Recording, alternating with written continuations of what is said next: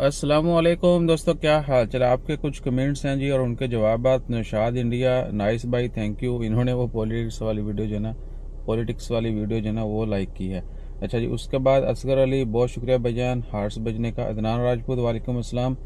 PDO में heavy driver की job चाहिए, टैंकर स्टैम्प भी है, वैक्यूम टैंकर का कोर्स भी है। भाईजान देखिए, वो तो आपको पीडीओ में जो लोग काम कर रहे हैं, जो कंपनी पीडीओ के साथ कॉन्ट्रैक्ट पर हैं, उन्हीं के जरिए मिल सकती है। और आजकल जॉब्स वल्ला ही पीडीओ में तो बहुत कम, ठीक है ना, थर्ड पार्टी के जरिए मिलती हैं, लेकिन वो भी बहुत कम। सिर्फ ओमानियों को जो है वो अच्छी अच्छी पोजीशन के ऊपर तरजीह दी जाती है। और ये टैंकर वैंकर जो है ना, ये भी बहुत सारे वीज़े खारिजियों के लिए बंद हैं। वो हैवी ड्राइविंग और हैवी ट्रांसपोर्ट के ऊपर मैंने वीडियोस डाली हैं, वो भी देख सकते हैं। और अगर कोई हमें इन्फॉर्मेशन हुई तो वो शेयर कर देंगे। सदाम खान, प्लीज़ मुझसे रब्ता करें 500। भाई साहब, आपने हमसे रब्ता करना है इंस्टा फेसबुक के ऊपर, सेम नेम की आईडी है।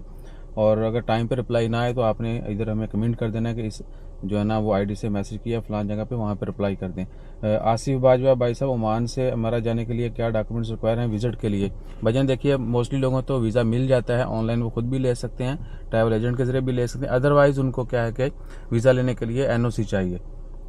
बाकी बैंक स्टेटमेंट ये वो जो है वो ऑप्शनल है। और थोड़े से पैसे होने चाहिए, 500-700 रियाल वैसे। पाक लाइफ इन पेरिस, लेकिन जनरली मिल जाता है। विजिट वीज़ा जो है वो एजेंट जो है थोड़े से पैसे लेता है। आहो, पाक life in Paris, good work, जज़ाकल्लाह खैर। बाचा भाई मुल्क जहाँ बच्चा या बाचा पहना है तो कन्फर्म करो ना। बाहर मुल्क जाने के लिए स्मार्ट कार्ड चाहिए या नॉर्मल आईडी कार्ड भी? भैया देखिए, अगर तो आपका वो चिप वाला कार्ड है ना, आजकल अगर लेटेस्ट बना हुआ है, बल्कि कई सालों से बन रहे हैं, इंग्लिश वाला, तो वो चलेगा। अगर पुराना उर्दू वाला है तो वो नहीं चलेगा, आपको जो है स्मार्ट कार्ड ही चाहिए, तब जो है ना आप वो जा सकते हैं। नाई कोप होना चाहिए। शेख अरशद, उस बारे में आपसे बात करना चाहता हूँ। अच्छा जी, मुझे आपका नंबर चाहिए। इंस्टा फेसबुक का सेम आईडी है, आप वहाँ पे मैसेज कर दें। बाकी मैंने पहले ही बता दी एक चीज़, ओमान में कुछ जॉब है तो मैं ओमान में जॉब्स होंगी तो भैया हम ज़रूर जो है ना ज़रूर कहने लगा था, ज़रूर इन्फॉर्मेशन शेयर करेंगे। दानिश अली, एसी चलाए लिए। दानिश अली भाई, इटली का वीज़ा कैसे मिल सकता है? इटली का बता दें।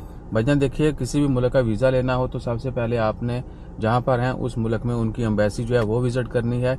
और इटली की अभी जो है वीएफएस के अंडर है, यानी इटली का वीज़ा प्रोसेस जो है वो वीएफएस वाले करते हैं, वीज़ा फैसिलिटेशन सर्विसेज। पैनोरामा में इनका ऑफिस है, आप ऑनलाइन जो है उनकी वेबसाइट विजिट कर सकते हैं। वीएफएस ओमान इटली लिखेंगे, आपको वो पेज आ जाएगा, आपने वो विजिट करना है। वहाँ पर वीज़ा की सारी रिक्वायरमेंट्स हैं, वो पढ़ें। और अगर रिक्वायरमेंट पूरी करते हैं तो बिस्मिल्लाह करें। अगर नहीं करते या कोई जुगाड़ चाहिए तो फिर किसी नीम हकीम या हमारे जैसे एजेंट, हम एजेंट तो नहीं है लेकिन बंदे से मशवरा कर सकते हैं, या एजेंट के चक्कर में फंस सकते हैं, या फिर किसी से मशवरा कर सकते हैं।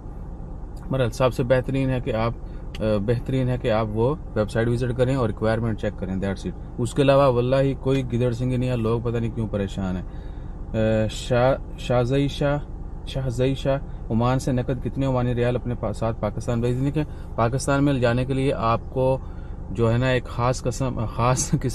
खास जो है ना वो रकम वो अलाउ है, उससे ज़्यादा आप नहीं ले जा सकते, और वो है कुछ चंद $1000 में, तो आपने वो जहन में रखनी है।